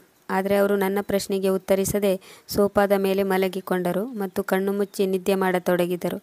ಅವರು ಯಾಕೆ ಈ ರೀತಿ ಮಾಡುತ್ತಿದ್ದಾರೆಂದು ನನಗೆ ಗೊತ್ತಾಗಲಿಲ್ಲ. ಮೋಸ್ಟ್ಲಿ ಅವರು ನಿದ್ದೆ ಮಾಡುತ್ತಿರುವ ಹಾಗೆ ನಾಟಕ ಮಾಡುತ್ತಿರಬೇಕು ಎಂದುಕೊಂಡೆ. ಆದರೆ ಯಜಮಾನಿ ನಿಜವಾಗ್ಲೂ ನಿದ್ದೆ ಮಾಡುತ್ತಿದ್ದಳು. ಆದರೆ ನಾನು ಮಾತ್ರ ನೆಲದ ಮೇಲೆ ಕುಳಿತು ಯೋಚಿಸುತ್ತಿದ್ದೆ. ಆದರೆ ನನಗೆ ಯಜಮಾನಿ ಯಾವ ವಿಷಯವನ್ನು ಹೇಳಲಿಲ್ಲ. ನಾನು ಯೋಚಿಸುತ್ತಿದ್ದೆ, ಯಾವುದಾದ್ರೂ ಹೆಂಗಸಿನ ರೂಮಿಗೆ ಯಾವುದಾದ್ರೂ ಗಂಡಸು ಅಚಾನಕ್ಕಾಗಿ ಒಳಬಂದರೆ ಅವಳು ತುಂಬ ಹೆದರಿಕೊಳ್ಳುತ್ತಾಳೆ. ಆದರೆ ಯಜಮಾನಿಯ ಮುಖದ ಮೇಲೆ ಯಾವುದೇ ಭಯವಿರಲಿಲ್ಲ. ಆದರೆ ಸ್ವಲ್ಪ ಬೇಸರಿಸಿಕೊಂಡಿದ್ದರು ಎಂದು ಗೊತ್ತಾಗುತ್ತಿತ್ತು. ಆದರೆ ಈಗ ಆ ಬೇಸರವೂ ಕಾಣುತ್ತಿಲ್ಲ. ಯಾಕೆಂದರೆ ಯಜಮಾನಿಯು ಸೋಫಾದ ಮೇಲೆ ಗಾಢ ನಿದ್ರೆಯಲ್ಲಿದ್ದಳು. ಅಷ್ಟು ದೊಡ್ಡ ಬೆಡ್ ಮೇಲೆ ನನಗೆ ಮಲಗಲು ಹೇಳಿದ್ದರು. ಪೂರ್ತಿ ರಾತ್ರಿ ಇದೇ ಥರ ಯೋಚಿಸುತ್ತಾ ನೆಲದ ಮೇಲೆ ಕುಳಿತುಕೊಂಡಿದ್ದೆ.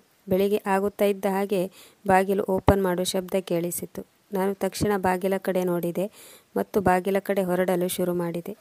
ಆದರೆ ಇದಕ್ಕೂ ಮೊದಲೇ ಯಜಮಾನರು ರೂಮಿನ ಒಳಗೆ ಬಂದು ನನ್ನ ಕಡೆ ನೋಡಲು ಶುರು ಮಾಡಿದರು. ನಾನು ನಡುಗುತ್ತಿದ್ದೆ. ನನ್ನನ್ನು ದಿಟ್ಟಿಸಿ ನೋಡಿ ಅವರು ನಿದ್ದೆ ಮಾಡುತ್ತಿರುವ ಯಜಮಾನಿ ಹತ್ತಿರ ಹೋದರು ಮತ್ತು ಅವರನ್ನು ನಿದ್ದೆಯಿಂದ ಎಬ್ಬಿಸಿದರು ಮತ್ತು ಹೇಳಿದರು, ಹೇಳು ಸೋನಿಯಾ, ಬಹಳ ಸಮಯವಾಗಿದೆ ಮತ್ತು ಈ ಕೆಲಸದವನು ನಿನ್ನ ರೂಮಿನಲ್ಲಿ ಏನು ಮಾಡುತ್ತಿದ್ದಾನೆ ಎಂದು ಕೇಳಿದರು. ಯಜಮಾನಿಯು ತಕ್ಷಣ ಎದ್ದು ಕುಳಿತುಕೊಂಡಳು. ಆಗ ಯಜಮಾನರು ಯಜಮಾನಿಯ ಕೈಯನ್ನು ಹಿಡಿದುಕೊಂಡು ಅವರಿಗೆ ಒಂದು ಬದಿ ಕರೆದುಕೊಂಡು ಹೋಗಿ ಅವರ ಹತ್ತಿರ ಏನೋ ಮಾತನಾಡುತ್ತಿದ್ದರು.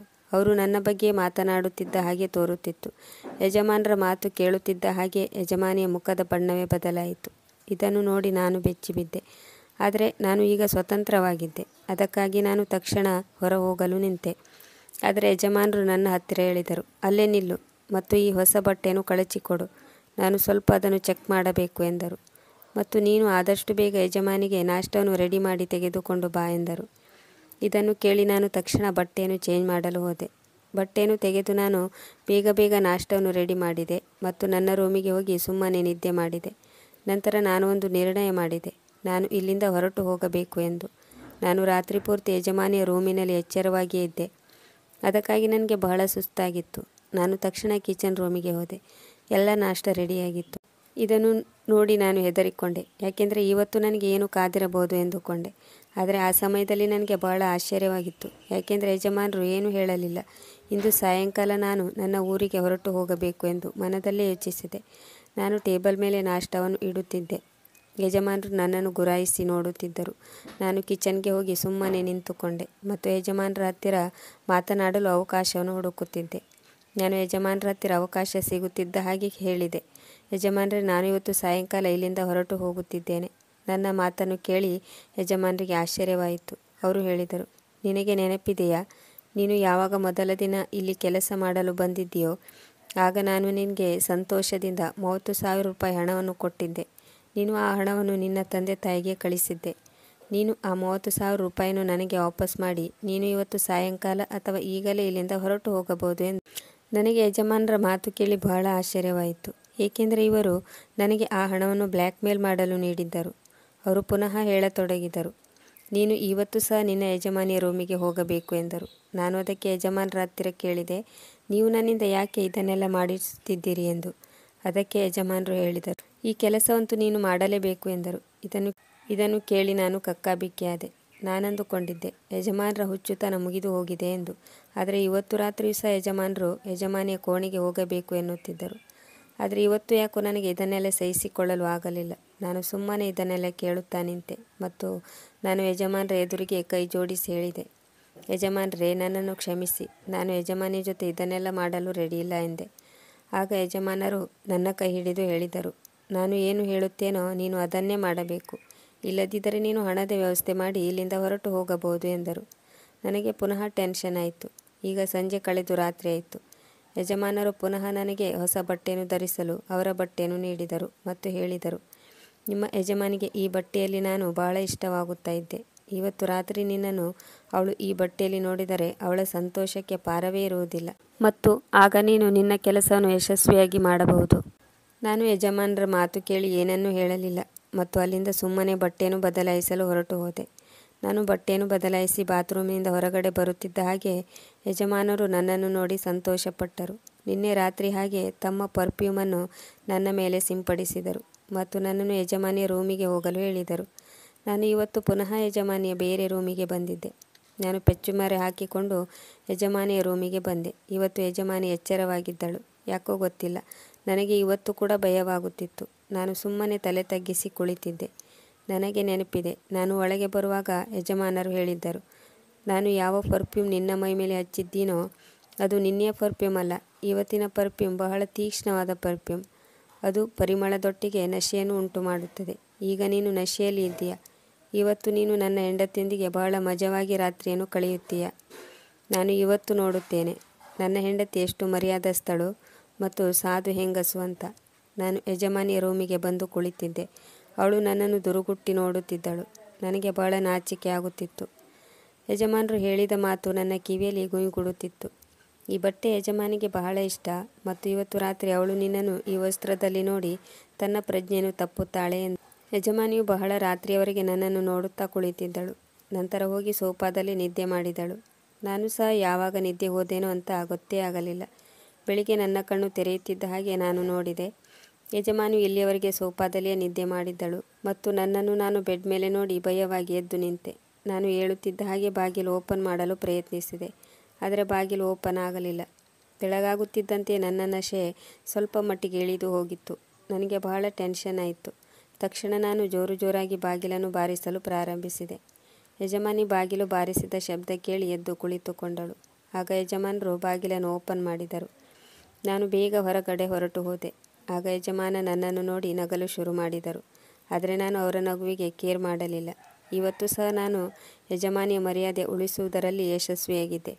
ನಾನು ತಕ್ಷಣ ಬಾತ್ರೂಮ್ಗೆ ಹೋದೆ ಮತ್ತು ಮೊದಲು ಬಟ್ಟೆಯನ್ನು ಚೇಂಜ್ ಮಾಡಿ ನನ್ನ ಬಟ್ಟೆಯನ್ನು ತೊಟ್ಟುಕೊಂಡೆ. ಅದರ ನಂತರ ನಾನು ಕಿಚನ್ ರೂಮಿಗೆ ಬಂದೆ ಮತ್ತು ನಾಷ್ಟ ರೆಡಿ ಮಾಡಲು ಶುರು ಮಾಡಿದೆ. ಮತ್ತು ಇವತ್ತು ಯಜಮಾನಿಯ ಕೋಣೆಗೆ ಹೋದ ತಕ್ಷಣ ಈ ವಿಷಯವನ್ನು ಯಜಮಾನಿ ಹತ್ತಿರ ಮಾತನಾಡಬೇಕು. ಅದೇನೆಂದರೆ, ನನಗೆ ಇಲ್ಲಿ ಕೆಲಸ ಮಾಡಲು ಇಷ್ಟವಿಲ್ಲ. ಪ್ಲೀಸ್ ನನ್ನನ್ನು ಇಲ್ಲಿಂದ ಹೋಗಲು ಬಿಡಿ. ನನಗೆ ಯಾವುದೇ ತೊಂದರೆಯಲ್ಲೂ ಸಿಕ್ಕಿಕೊಳ್ಳಲು ಇಷ್ಟವಿಲ್ಲ ಎಂದು ಹೇಳಬೇಕು ಅಂದುಕೊಂಡೆ. ಅದೇ ಸಮಯಕ್ಕೆ ಅಚಾನಕ್ಕಾಗಿ ನನಗೆ ಯಜಮಾನಿಯ ರೂಮಿನಿಂದ ಜೋರಾಗಿ ಚೀರಾಡುವ ಶಬ್ದ ಕೇಳಿಸಿತು. ಯಜಮಾನಿಯು ಯಜಮಾನನ ಹತ್ತಿರ ಜಗಳವಾಡುತ್ತಿದ್ದಳು. ಈ ಚೀರಾಡುವ ಶಬ್ದವನ್ನು ಕೇಳಿ ನಾನು ಯಜಮಾನನ ರೂಮಿನ ಹತ್ತಿರ ಹೋದೆ. ತೆರೆದ ಬಾಗಿಲಿನಿಂದ ನಾನು ಯಜಮಾನ ಮತ್ತು ಯಜಮಾನಿ ಇಬ್ಬರು ಜಗಳವಾಡುವುದನ್ನು ನೋಡಿದೆ. ಯಜಮಾನಿಯು ಯಜಮಾನನ ಹತ್ತಿರ ಹೇಳುತ್ತಿದ್ದಳು, ನೀವು ಪ್ರತಿಯೊಂದು ಕೆಲಸಗಾರನೊಟ್ಟಿಗೆ ಹೀಗೆ ಯಾಕೆ ನಡೆದುಕೊಳ್ಳುತ್ತಿದ್ದೀರಾ? ಆದರೆ ಯಾವ ಕೆಲಸಗಾರನೂ ನನ್ನೊಂದಿಗೆ ಕೆಟ್ಟದಾಗಿ ನಡೆದುಕೊಂಡಿಲ್ಲ. ಇಲ್ಲದಿದ್ದರೆ ಎಷ್ಟು ಸಾರಿ ನನ್ನ ಮಾನ ಹರಾಜಾಗುತ್ತಿತ್ತೋ ಗೊತ್ತಿಲ್ಲ.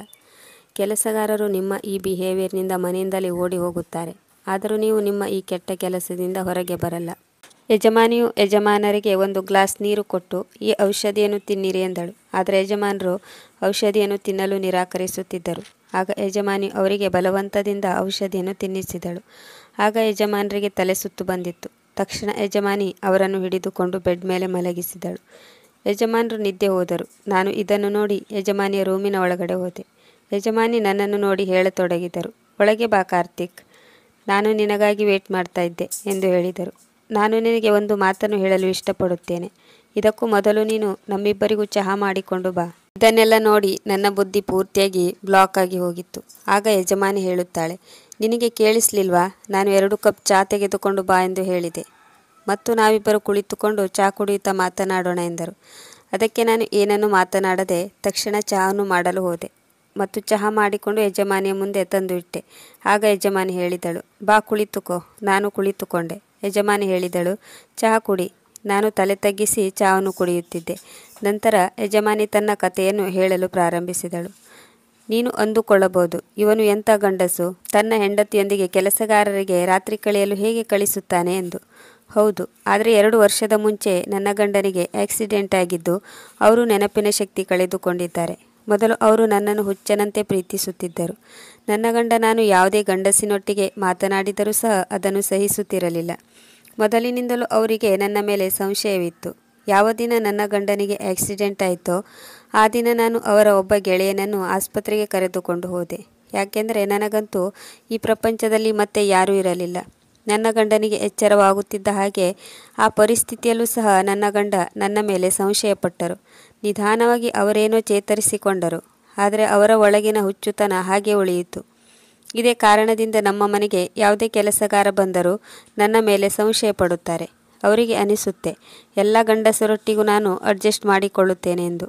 ಮನೆಯಲ್ಲಿ ಈ ತರಹದ ಬಹಳಷ್ಟು ಕೆಲಸಗಾರರು ಬಂದು ಹೋಗಿದ್ದಾರೆ. ಬಂದವರೆಲ್ಲರಿಗೂ ಅವರು ಇದೇ ರೀತಿ ಜಬರ್ದಸ್ತಿಯಾಗಿ ಹೆದರಿಸಿ ನನ್ನ ರೂಮಿನೊಳಗೆ ಕಳಿಸುತ್ತಾರೆ ಮತ್ತು ನಾನು ಎಲ್ಲರೊಂದಿಗೂ ಸಹ ರಿಲೇಷನ್ಶಿಪ್ನಲ್ಲಿ ಇರುತ್ತೇನೆ ಎಂದು ಸಾಬೀತುಪಡಿಸಲು ಇಷ್ಟಪಡುತ್ತಾರೆ. ಇದೆಲ್ಲ ನನ್ನ ಗಂಡನ ಅನಾರೋಗ್ಯದ ಒಂದು ಭಾಗ. ಹಾಗೆ ನೋಡಿದರೆ ನನ್ನ ಗಂಡ ತುಂಬ ಒಳ್ಳೆಯವರು. ಅವರ ಒಳಗೆ ಯಾವುದೇ ಕೆಟ್ಟತನ ಇಲ್ಲ. ಆದರೆ ಅವರು ಅನಾರೋಗ್ಯದಲ್ಲೂ ಸಹ ಅನುಮಾನಿಸುವುದನ್ನು ಬಿಟ್ಟಿಲ್ಲ. ಯಜಮಾನಿಯ ಮಾತನ್ನು ಕೇಳಿ ನನಗೆ ಬಹಳ ಆಶ್ಚರ್ಯವಾಯಿತು. ನನ್ನ ಯಜಮಾನರು ಮಾನಸಿಕ ಪೀಡಿತರಾಗಿದ್ದರು. ಆದರೆ ನಾನು ಅವರನ್ನು ತಪ್ಪು ತಿಳಿದುಕೊಂಡಿದ್ದೆ. ಆಗ ಯಜಮಾನಿ ಹೇಳಿದಳು, ನೀನು ನಿನ್ನ ಯಜಮಾನರ ಬಗ್ಗೆ ಕಾಳಜಿ ವಹಿಸು. ನೀನು ಅವರಿಗೆ ಸಮಯಕ್ಕೆ ಸರಿಯಾಗಿ ಔಷಧಿಯನ್ನು ಕೊಡು. ನಾನು ಯಾವುದಾದರೂ ಹೆಂಗಸರನ್ನು ಕೆಲಸಕ್ಕೆ ಇಟ್ಟುಕೊಳ್ಳಬಹುದಾಗಿತ್ತು. ಆದರೆ ಯಾವುದೇ ಹೆಂಗಸು ನನ್ನ ಜೊತೆ ಸೇರಿ ನನ್ನ ಗಂಡನ ಕಾಳಜಿ ಮಾಡುತ್ತಿರಲಿಲ್ಲ. ಇಲ್ಲಿಯವರೆಗೆ ನಾನು ಈ ಸತ್ಯವನ್ನು ಯಾರಿಗೂ ಹೇಳಲಿಲ್ಲ. ಯಾಕೆಂದರೆ ಯಾವುದಾದರೂ ಕೆಲಸಗಾರ ನಾನು ಹೇಳುವುದಕ್ಕಿಂತ ಮುಂಚೆ ಇಲ್ಲಿಂದ ಓಡಿ ಹೋಗುತ್ತಿದ್ದರು. ಯಾಕೆಂದರೆ ಅವರೆಲ್ಲರೂ ನನ್ನನ್ನು ಬಳಸಿಕೊಳ್ಳಲು ಪ್ರಯತ್ನಿಸುತ್ತಿದ್ದರು. ಆದರೆ ನಾನು ಅವರನ್ನು ಹೊಡೆದು ಬಡಿದು ಓಡಿಸುತ್ತಿದ್ದೆ. ಅಕಸ್ಮಾತ್ ನೀನು ಸಹ ಆ ರಾತ್ರಿ ನನ್ನೊಟ್ಟಿಗೆ ಆ ರೀತಿ ಏನಾದರೂ ಮಾಡಲು ಬಂದಿದ್ದರೆ ನಾನು ನಿನ್ನನ್ನು ಸಹ ಹೊಡೆಯುತ್ತಿದ್ದೆ. ನೀನು ಸಹ ಮಾರನೇ ದಿನ ಅಲ್ಲಿಂದ ಓಡಿ ಹೋಗುತ್ತಿದ್ದೆ. ಯಾವುದೇ ಗಂಡಸು ನಿನ್ನ ಹಾಗೆ ಇರಲು ಸಾಧ್ಯವಿಲ್ಲ. ಆದರೆ ನೀನು ಅವರೆಲ್ಲರಿಗಿಂತ ಭಿನ್ನವಾಗಿದೆಯಾ. ನಿನ್ನ ಯಜಮಾನರ ಆರೋಗ್ಯ ಸುಧಾರಿಸಲು 10 ತಿಂಗಳವರೆಗೆ ಸತತವಾಗಿ ಚಿಕಿತ್ಸೆ ಮಾಡಬೇಕಾಗುತ್ತೆ. ಅದರ ನಂತರ ಅವರು ಪೂರ್ಣವಾಗಿ ಸರಿಯಾಗಬಹುದು ಎಂದರು. ನನಗೂ ಸಹ ಹಣದ ಅವಶ್ಯಕತೆ ಇದ್ದು ಅದಕ್ಕಾಗಿ ನಾನು ಸಹ ಆಗೋಲ್ಲ ಎಂದು ಹೇಳಲಿಲ್ಲ ಮತ್ತು ಯಜಮಾನರನ್ನು ಸರಿ ಮಾಡುವ ನಿರ್ಣಯವನ್ನು ಮಾಡಿದೆ. ನಾನು ಯಜಮಾನರು ಹೇಳುತ್ತಿದ್ದ ಹಾಗೆ ಪ್ರತಿದಿನ ರಾತ್ರಿ ಯಜಮಾನಿಯ ರೂಮಿಗೆ ಹೋಗುತ್ತಿದ್ದೆ. ಈ ರೀತಿಯಾಗಿ ಮಾಲೀಕರನ್ನು ನನ್ನ ಮಾತಿನೊಳಗೆ ಸಿಕ್ಕಿ ಹಾಕಿಸಿಕೊಂಡು ಅವರಿಗೆ ಔಷಧಿಯನ್ನು ತಿನ್ನಿಸಲು ಪ್ರಾರಂಭಿಸಿದೆ. ಯಾಕೆಂದರೆ ಯಜಮಾನರು ಔಷಧಿಯನ್ನು ತಿನ್ನಲು ಇಷ್ಟಪಡುತ್ತಿರಲಿಲ್ಲ. ನಿಧಾನವಾಗಿ ಯಜಮಾನರ ಚಿಕಿತ್ಸೆಯೂ ಸಹ ಪೂರ್ತಿಯಾಯಿತು. ಯಜಮಾನರು ಸಹ ನಿಧಾನವಾಗಿ ಸರಿ ಹೋದರು. ಯಾಕೆಂದರೆ ಯಾವಾಗಲೂ ಮನುಷ್ಯನ ಮೈಂಡಿನಲ್ಲಿ ಯಾವ ವಿಷಯ ಇರುತ್ತದೆಯೋ ಅದು ಅವರ ಬುದ್ಧಿಯ ಸಮತೋಲನವನ್ನು ಕಳೆದುಕೊಂಡರೂ ಸಹ ಅದು ಅವರ ಮೈಂಡಿನಲ್ಲಿ ಇರುತ್ತದೆ. ಇದೆಲ್ಲವೂ ಸಹ ನನ್ನ ಯಜಮಾನರ ಜೊತೆಯೂ ಆಗಿತ್ತು. ಅವರು ಯಜಮಾನಿಯನ್ನು ಹುಚ್ಚರ ಹಾಗೆ ಪ್ರೀತಿಸುತ್ತಿದ್ದರು ಮತ್ತು ತನ್ನ ಹೆಂಡತಿ ತನ್ನನ್ನಲ್ಲದೆ ಬೇರೆ ಯಾರನ್ನೂ ಸಹ ನೋಡಬಾರದು ಎನ್ನುವುದು ಅವರ ಮನಸ್ಸಿನಲ್ಲಿ ಇತ್ತು. ಆದರೆ ಆಕ್ಸಿಡೆಂಟ್ನ ನಂತರ ಯಜಮಾನಿಯನ್ನು ಅವರ ಗೆಳೆಯನೊಂದಿಗೆ ನೋಡಿದ ಮೇಲೆ ಅವರ ತಲೆಯಲ್ಲಿ ಪುನಃ ಅದೇ ಸಂಶಯ ಬಂದಿತ್ತು ಮತ್ತು ಅವರು ಯಜಮಾನಿಯನ್ನು ತಪ್ಪಿತಸ್ಥಳನ್ನಾಗಿ ಮಾಡುವುದಕ್ಕೋಸ್ಕರ ಈ ರೀತಿ ಮಾಡುತ್ತಿದ್ದರು. ಯಜಮಾನರ ಆರೋಗ್ಯ ದಿನದಿಂದ ದಿನಕ್ಕೆ ಸುಧಾರಿಸತೊಡಗಿತ್ತು ಮತ್ತು ಯಜಮಾನಿಯು ನನಗೆ ಕೃತಜ್ಞತಾಪೂರ್ವಕಳಾಗಿದ್ದಳು. ಈಗ ನಾನು ಈ ಬಂಗಲೆಯಲ್ಲಿ ಕೆಲಸ ಮಾಡಲು ಶುರು ಮಾಡಿ ತುಂಬ ವರ್ಷಗಳಾದವು. ಯಜಮಾನರು ಈಗ ಸರಿ ಹೋಗಿದ್ದರು. ಯಜಮಾನರು ಮತ್ತು ಯಜಮಾನಿಯು ನನ್ನ ಮೇಲೆ ತುಂಬ ಭರವಸೆ ಇಟ್ಟಿದ್ದರು. ಈಗ ಅವರು ನನ್ನ ಮತ್ತು ನನ್ನ ಮನೆಯವರಿಗೂ ತುಂಬ ಸಹಾಯ ಮಾಡಿದರು. ಈಗ ನನ್ನ ಮದುವೆಯೂ ಆಗಿ ಹೋಗಿತ್ತು. ಯಜಮಾನ ಮತ್ತು ಯಜಮಾನಿಯು ಸೇರಿ ಒಂದು ಬಡ ಹುಡುಗಿಯೊಂದಿಗೆ ನನ್ನ ಮದುವೆ ಮಾಡಿಸಿದರು. ನಾವಿಬ್ಬರು ಗಂಡ ಹೆಂಡತಿ ಸೇರಿ ಆ ಬಂಗಲೆಯಲ್ಲಿ ಕೆಲಸ ಮಾಡುತ್ತಿದ್ದೇವೆ. ನಾನೀಗ ತುಂಬ ಸಂತೋಷವಾಗಿದ್ದೇನೆ. ಅಷ್ಟೇ ಅಲ್ಲ, ನಾನು ನನ್ನ ಯಜಮಾನರನ್ನು ಬಹಳ ಕಾಳಜಿಯಿಂದ ನೋಡಿಕೊಳ್ಳುತ್ತಿದ್ದೇನೆ. ಮೋಸ್ಟ್ಲಿ ನಾನು ಸಂತೋಷವಾಗಿರಲು ನನ್ನ ನಿಷ್ಠೆಯೇ ಕಾರಣ.